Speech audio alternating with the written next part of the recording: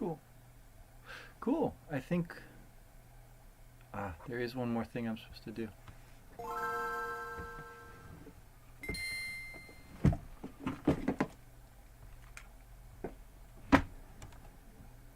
One more thing I need to do.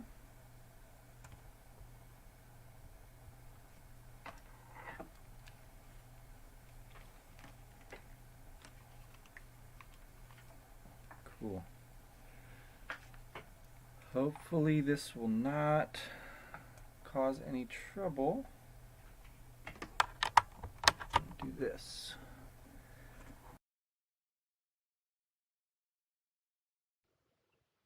Is that working? Sounds good to me. Looks good over here. Got shield mode. I don't think I want shield mode right now. We are starting our Mother 3 discussion tonight. You can hear that's the audio coming out of YouTube, which we'll turn to in a moment here. Just need to clear out some things. Sorry I'm running quite late tonight, really pretty late. And I've been doing such a good job of being prompt. um, well, so much for that. This is Wesley Shantz, and we are here for Signum Academy on Twitch, our regular first Monday of the month. This is December 5th, and we meet first and third Mondays. Um, so this will be the second to last meeting for this year.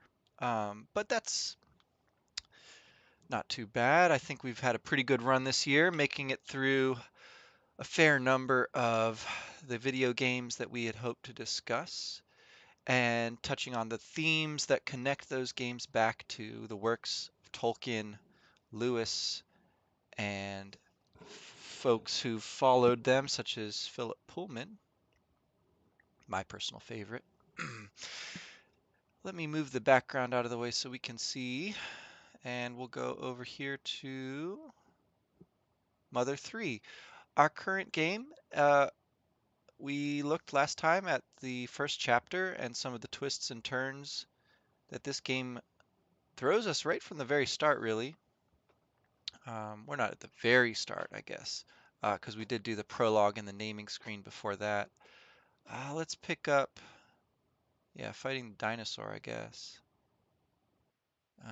Maybe just a little further here. Alec going to the Magypsies. Uh-huh. And up on the mountainside. So last time we were playing as Flint, the father of the kids, Lucas and Klaus. He was accompanied by his friend from the village and then his wife's father.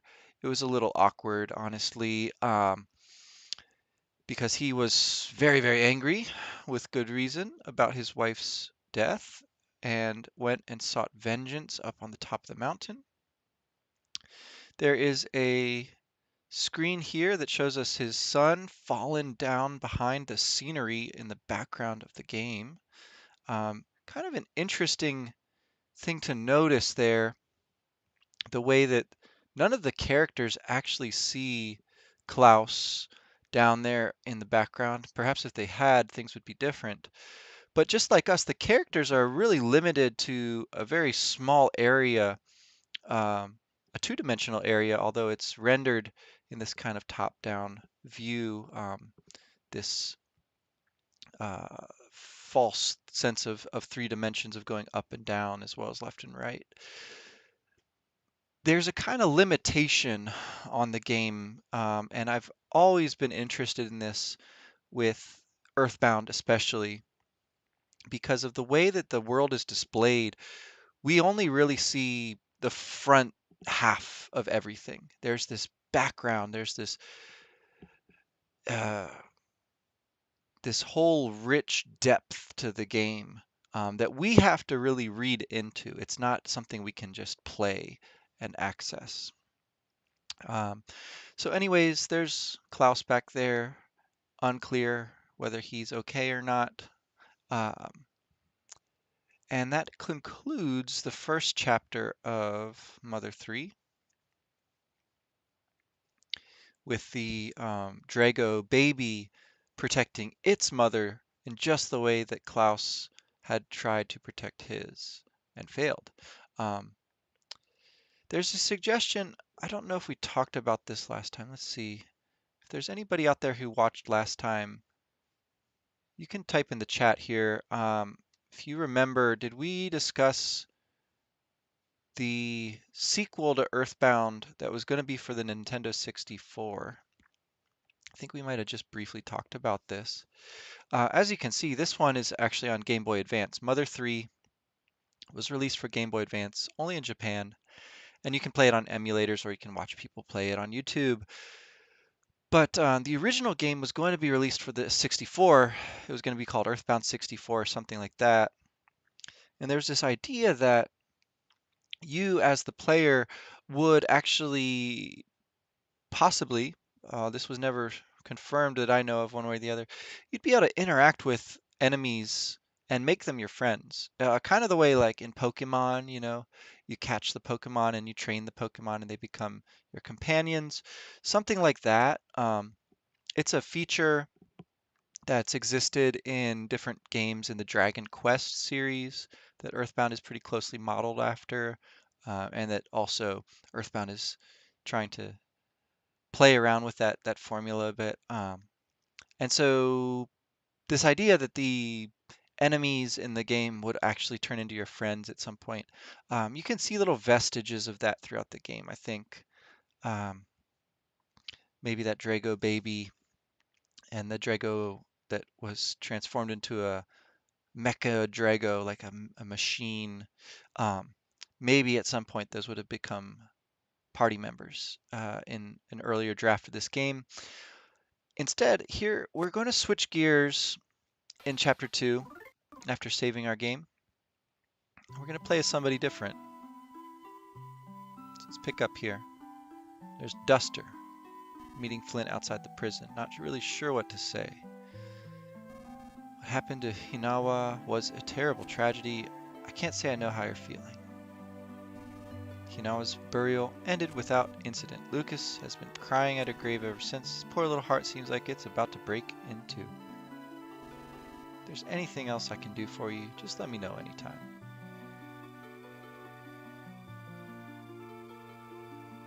So Flint, a classic silent protagonist, actually speaks here, says Duster, or whatever you named that character. He says thanks, tips his hat to Duster and the player, and then we pick up playing as Duster. This is quite interesting. Chapter 2, Thief Adventure, has us playing the role of our thief character.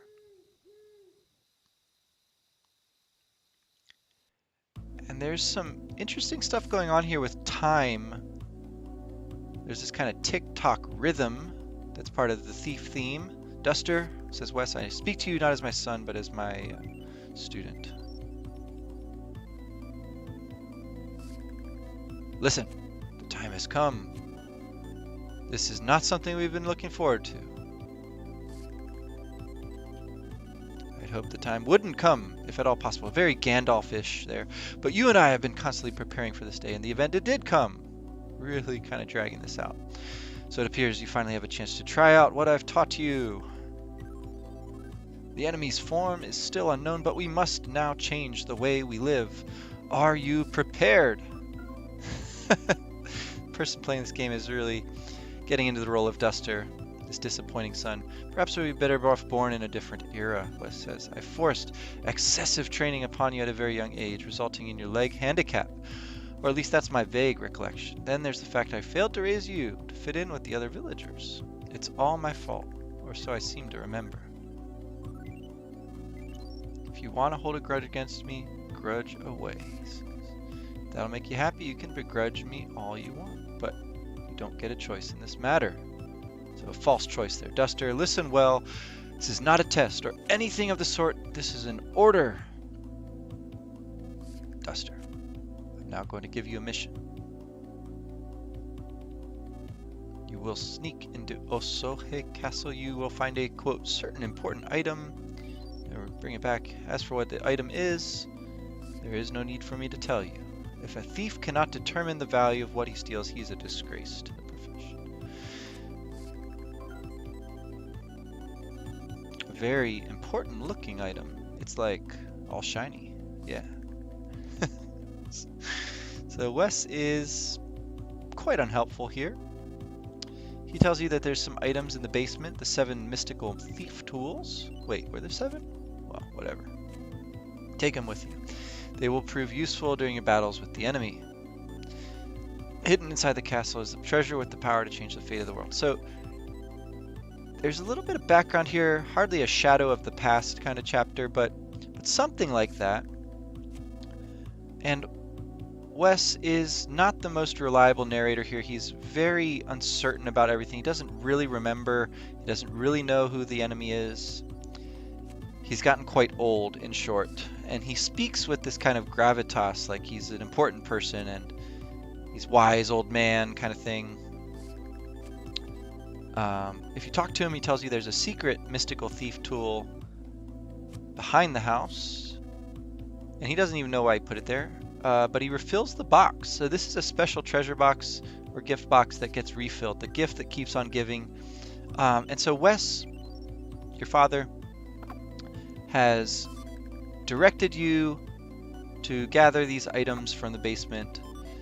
This puts Duster in a position very much like a Jeff character from EarthBound, getting all these present boxes right away, filling up his pockets with items. He uses these items only in battle, which I, again, find a little disappointing. You notice as Duster runs, he limps. He has a limp even as he walks, too. And Wes mentioned that there was some accident in his youth. He was injured, and he got this this problem with his leg that has not changed since. He thus represents another kind of diversity in the game, a kind of disability that he has to cope with. And that's actually another thing that is drawn from EarthBound. The disability in that game is not spelled out, but again, Jeff, the character, it's suggested that his nearsightedness, he wears glasses, is indicative of some other kind of physical weakness that he has. He's not as able physically in battle as other characters. He shoots with guns rather than fighting hand to hand.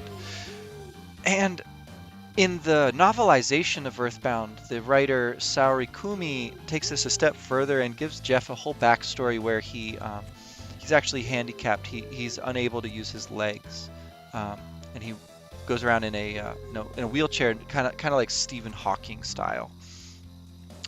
Although that's not technically part of the video game itself. I think it is implied pretty strongly that Jeff is like Duster here. Physically, he has a disability. So here Duster runs into someone strange. A question mark man. Appears Middle Eastern because of his outfit, and he's accompanied by this monkey who kind of stares into your soul a couple times here before turning and following his master. That's a little weird. Anyways, another important little interaction here with Butch. He's just been given something by that man, that mysterious man from the desert. He's going to tell you about this cool secret. Bag sounds full of money. There's money inside. Ever heard of money? You don't know what money is? Actually, I'm not really sure either. So again, the characters, the people in this village of Tazmily have never had anything tragic happen. They don't know how to react to tragedies. They've never even used money. They haven't got a money economy. This exchange took place and introduced money to the village. Money for pigs. So, by the way, this item that we're going to find is very true to form here. It's what we would call a MacGuffin, right? It's a thing that we don't really know what it is. It's kind of like money is to Butch and the people of Tazmily. It's important. We know that much. It's valuable. We don't really know what it's for or what it does. And here Duster almost takes the money, but then decides to put it back in the well. So a little example there of him being a thief, but not quite. Kind of Bilbo Baggins-esque here. Again, there's some strong relationships, I think, between this general shape of story that we're in. There goes the airship dropping some enemies into Osohe Castle.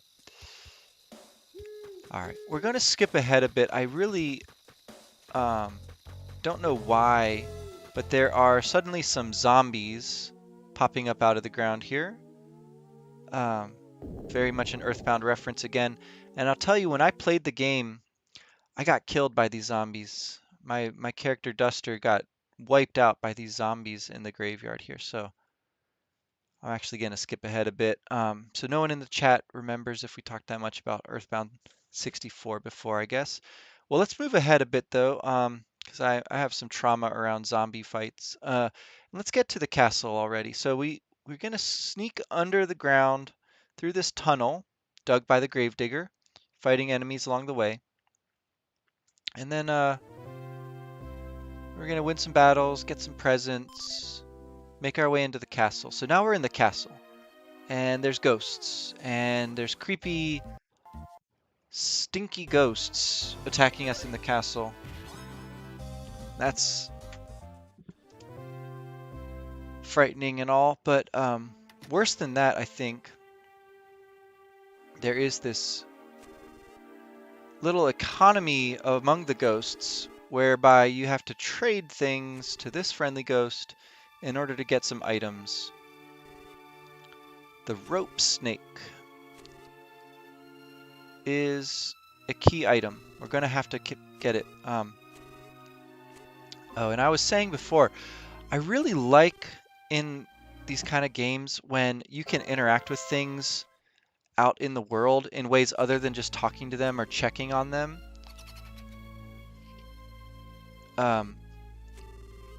There is a good game along these lines called Golden Sun. It's kind of an old one at this point, but a really good game where there's a lot of interaction on the field or on the environment. Most JRPGs, you can't really do much. You can't even see enemies a lot of the time, so at least EarthBound and Mother 3 have that going for them. But I think there was a real missed opportunity here for Mother 3 in Duster's character to have more ways to interact with the environment around him. He has all these thief tools that you can use in battle, but the only one he can use outside of battle is his wall staples to climb up certain walls. And the rope snake that we just picked up, turns out he can be used outside of battle too. So here Duster is exploring the castle a bit. There's a hot spring, of course, to refresh ourselves. We're going to skip ahead a bit, fighting some more ghosts, exploring the castle. Now we're in the kitchen, where the ghosts are singing, as they give you hints about what to do next. It is quite confusing at first here in the castle, what's supposed to be going on. Some tough enemies, the strawberry slime, kind of a special enemy. And those items can be used to debuff or to affect the enemy with status ailments and things. They really are quite crucial here to survive some of these early battles when you're all alone with Duster. Starting to figure out what those things do. The wall staple is the go-to, I think. That paralyzes the enemy briefly. And there's a wall that we can climb. Speaking of, there's a ghost pouring wine down himself. So here we go. There's a place here where we're going to need to jump across a gap. So you could get over there if you had a rope snake. Don't ask where over there is. There's only one over there here. So again, this is a kind of a tricky moment in the game, something that we haven't really had to do before. Interacting with the environment, like I was talking about. There's so much that's just background or just very minimal kinds of interaction. But here's an example where we're going to actually do something. We're going to cross this gap. Like, what is this, Mario or something? We're going to jump across a gap. And we're going to do it by using this item, the rope snake, who turns out can talk and has a personality. And then, of course, we're going to get some more battles. So the long and short of it is we go through this castle. We fight a pretty scary monster at the end. This maestro character, Mr. Passion. And if you can distract him and lower his attack power and hit percentage, it's not that difficult of a fight, really. But on the way to Mr. Passion, Duster runs into yet another character. I think we skipped over this, I'm afraid. But someone called Kumatora, the princess of the castle, briefly makes an appearance here. Unless I'm thinking ahead a bit. I could be getting mixed up to the next time we're in the castle. So here it is. It's all shiny. The delicately crafted vase. So clearly this is the very important item. There's a little fanfare that plays. We've done it. We've succeeded. We've got the item, the noble spittoon. So a mixture of high and low. The noble and the ignoble. The sound of blowing wind can be heard faintly. An odd dance is depicted on the wall. I wonder if we'll be back here later. Alright, so no comments in the chat still. I'm gonna skip ahead then. So Duster fighting more enemies, the pigs. He's accompanied by his father now because, of course, he went to the wrong item. Oh, and now we've got Kumatora in our party. Awesome. So she does turn up here. So Kumatora, unlike Duster and the others so far, is going to have some psychic powers. So she's using Psy freeze attacks, and that's pretty crucial for some of these battles. She and Wes join your party here. This makes battles a little more interesting. And Wes is just one of those party members who doesn't actually listen to your commands. He just does whatever he wants. But what he does do sometimes is throw thunder bombs. So that's pretty handy. Or he does his super thief attack technique, which deals heavy damage to one enemy. So we're exploring more of the castle, which Wes doesn't really remember very well. Some wind is going to tell us some hints about status effects. That's nice.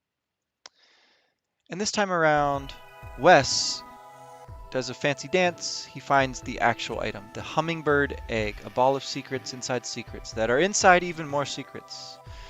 Or something like that, supposedly, apparently. So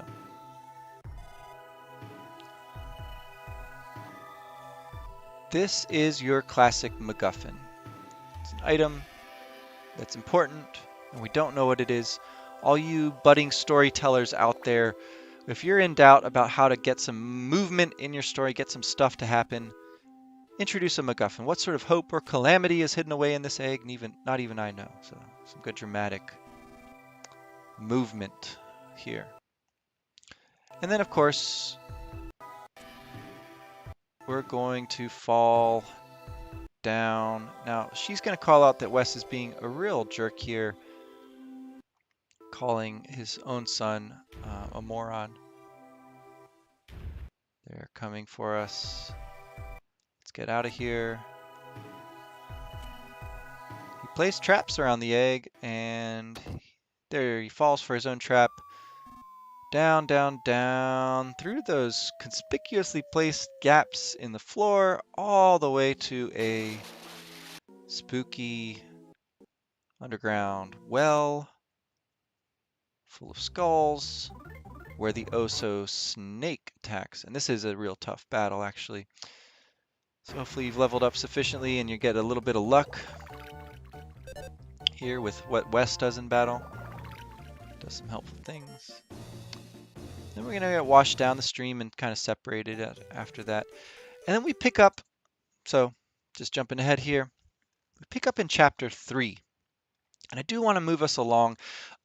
Sorry if this is spoiling anything for you all who haven't played this far yet, but as we did in chapter 2, we're going to switch into a new party member again here. And it turns out that it's that monkey we saw in the town square, and his master Facade. Interesting name. Facade, a thing that shows up one way but covers over something else, a kind of a mask. The monkey, you get to name him here, is in love with another monkey. This is a thing in EarthBound too. The monkeys are very romantic. And this time, as we're playing the role of this monkey, um, we are motivated not by any MacGuffin, but by our love for the dear girl monkey here.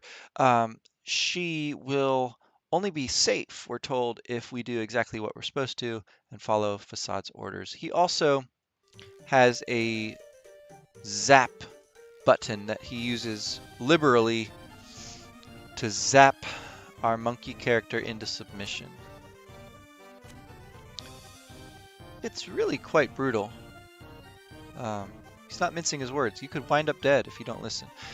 And there he goes. He's zapping you with the zap collar, turning you into a little pile of ash briefly.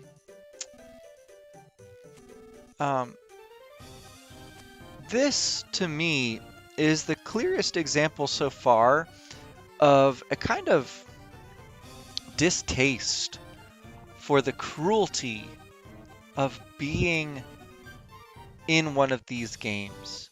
Again, the original idea seems to be that we were going to befriend enemies as we went along. We were going to have some way of turning enemies into friends. But that element gets left out of the Ultimate game as it's released. And the only character that comes close to this really is this character Salsa, the monkey. He, to me, represents all the aspirations for inclusivity of all living things in this game, which just don't come to pass, and the kind of violence, the careless violence that we as players inflict on all these enemies throughout the game, and throughout all these games as we play. It's a kind of theme that definitely gets picked up on in the game Undertale as well. And so we'll be looking at Undertale more closely after we play through Mother 3. If I say dance, you dance. If I say laugh, you laugh. It's that simple. Yeah, it's that simple. As the player, you control everything that your character does. And so much of the time, what your character's doing is violent in these games. There's no real way around that. And here it is, a kind of control being played out in the form of mockery, cruelty, and he's teaching us how to dance. So again, that idea of doing a silly dance as a kind of antidote perhaps to all this violence. Alright, so we're a good monkey. And we're out in the desert. This portion of the game, there isn't a whole lot to say about it, I think. We're exploring another area. We're trying to find our way to town, where we're going to meet up with everyone. And we do this via the underground tunnels that have been dug by the Pork Army. There's these little pork bean vehicles that fly around down in the tunnels. They're pretty fun to fly around on. And then before too long, there we are in town. We arrive at the inn. Facade has some tasks for us. He's basically explaining happiness to the villagers. He's a snake oil salesman. He's selling them a vision of happiness that includes things like money and more property or commodities, distractions, fun, pointless little dances and songs. And I think this again is a pretty clear critique from the creator of the game, really critiquing his own work, critiquing the very thing as he's making it, this game for children. But what I think is important here is that in the process of critiquing how shallow or silly this game is, it actually ends up giving the game a little bit more thematic depth to it. If we as players are sort of noticing this, that might be a little bit of a circular argument, perhaps, but there's a kind of fetch quest here where we've got to deliver the happy boxes to all the people who want them. This has us run back and forth over the world map a few times. Very boring, honestly. So here we are carrying one of the happy boxes for its delivery. And then finally, we're going to go to the castle. And this is where this chapter kind of winds up, bringing us more or less into contact with our other characters here on the bridge, bringing in the tank. And then in the nighttime, the monkey comes out. They're going to free him from his collar. That's all well and good. But just one more little gag here before we do. And then off we go. Running up the mountain once more. And they even curse in this game because, of course, it's a fan translation, not an official one. You'd never see curse words like that. Funneling us towards a battle. First, we want to let it come into our learner healing spell. And we've got to fight the tank.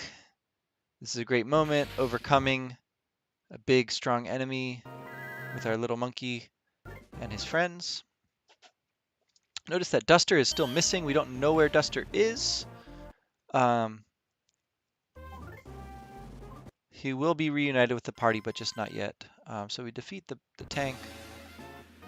And then Facade is there to claim us with his other tanks and his army. But just when things are looking bleakest, who should show up but Lucas? And not just Lucas. He whistles, and here comes Baby Drago. And not just Baby Drago, but Baby Drago does his growl, which summons Stomp, Stomp, Stomp. All the pigs doing their little grunts. Summons Mama Dragon. Or perhaps just another big dragon, because this one is not mechanized at all. This one is free, this one is natural, and this one is ready to take the pork army out. Again, strongly suggesting that this was going to be an actual gameplay element at one time. Lucas's ability to befriend the dragons and potentially other enemies as well. Send them into battle. And avoid battles entirely, perhaps, in some cases. So some heroic music plays. The dragons dispose of the enemy. And we have finally freed ourselves of their interference. Pretty cool.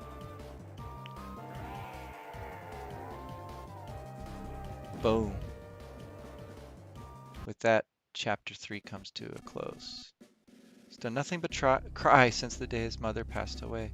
But what you did now was wonderful. You saved our lives. So this sets up a kind of, continuity with what's going on in the game. Kumatora says we'll be seeing you. Leaves with the monkey. And there's a little bit more text from our narrator.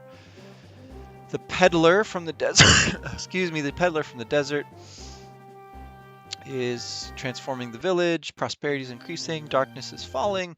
The young boy grows stronger, becoming a young Sun. There's a pun on that, perhaps. Very Hamlet-esque. Sun pun. And that brings us to the end of chapter 3. Notice that we get a glimpse of Klaus there. We get a glimpse of Lucas. It's unclear how this is going to connect up. Oh, my video is really lagging. Gosh. Well, I hope that y'all are following what's going on here. Anyways, I'm going to sign off, though, shortly. I guess once the video kind of catches up a bit. You notice there isn't a clear connection between the first chapter, the second and third. The second and third kind of overlap in a way, but we don't really see much of Flint. We don't see much of Lucas and Klaus. So this is all, I think, a lot of kind of themes and setup being done. That MacGuffin of the hummingbird egg, that idea of weakness and strength, of freedom and um, servitude, of kindness and cruelty. There's just a lot of setup here. So for next time, we're going to jump into chapter 4. We'll see how far we get. I don't really want to rush us too much, but it will be our last meeting, and it was the time when I had originally planned that we'd be finishing this game up and kind of moving into the next thing for the next calendar year. I don't know if that's that important that we necessarily need to rush through the rest of this game, though. So, I've kept you quite a while here. Again, I hope that the video, while laggy, is still comprehensible. I hope that when I close this, it's not going to cut us off too badly. But I am going to sign off here. I'll see you all in a couple weeks.